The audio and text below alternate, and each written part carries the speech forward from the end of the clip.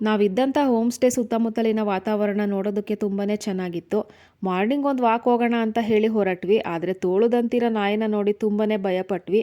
ಆ ಹೋಮ್ ಸ್ಟೇನ ಕಾವಲು ಕಾಯೋದಕ್ಕೆ ಅಂತ ಹೇಳಿ ಆ ನಾಯಿನ ಸಾಕಿದ್ದಾರೆ. ನಮ್ಮ ದಿನನಿತ್ಯ ಕರ್ಮಗಳನ್ನ ಮುಗಿಸಿ ನಾವು ಹೋಗಿದ್ದು ಆರಂಗಿ ಸಾಕಾನೆ ಶಿಬಿರಕ್ಕೆ. ಅಲ್ಲಿ 4 ಆನೆಗಳಿದ್ವು. ಎಲ್ಲ ಆನೆಗಳಿಗೂ ತುಂಬಾ ವಯಸ್ಸಾಗಿತ್ತು. ಅದರಲ್ಲಿ 2 ಆನೆಗಳಿಗೆ ಕಣ್ಣೇ ಕಾಣಿಸ್ತಾ ಇರಲಿಲ್ಲ. ಆನೆಗಳ ಕಣ್ಣಲ್ಲಿ ನೀರು ಬರೋದು ನೋಡಿ ನನಗೆ ತುಂಬಾ ಬೇಜಾರಾಯಿತು.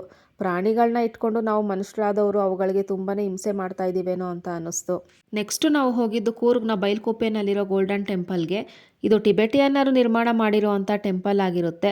ನಮ್ಮ ಎಡಭಾಗದಲ್ಲಿ ಅಮಿತಾಯೂಸ್, ಬಲಭಾಗದಲ್ಲಿ ಪದ್ಮಸಂಭವ ಮತ್ತು ಮಧ್ಯದಲ್ಲಿ ನಾವು ಬುದ್ಧನ ಸ್ಟ್ಯಾಚ್ಯೂನ ಇಲ್ಲಿ ನೋಡ್ಬೋದಾಗಿದೆ. ಈ ಬುದ್ಧನ ಸ್ಟ್ಯಾಚ್ಯೂ ಸುಮಾರು 60 ಅಡಿ ಎತ್ತರ ಇದೆ ಅಂತ ಹೇಳ್ತಾರೆ.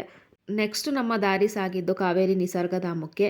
ಇಲ್ಲಿ ಹ್ಯಾಂಗಿಂಗ್ ಬ್ರಿಡ್ಜ್ ಮೇಲೆ ನಡ್ಕೊಂಡು ಹೋಗ್ತಾ ನದಿ ಹರಿಯೋದನ್ನ ನೋಡೋ ದೃಶ್ಯ ತುಂಬಾ ಚೆನ್ನಾಗಿದೆ.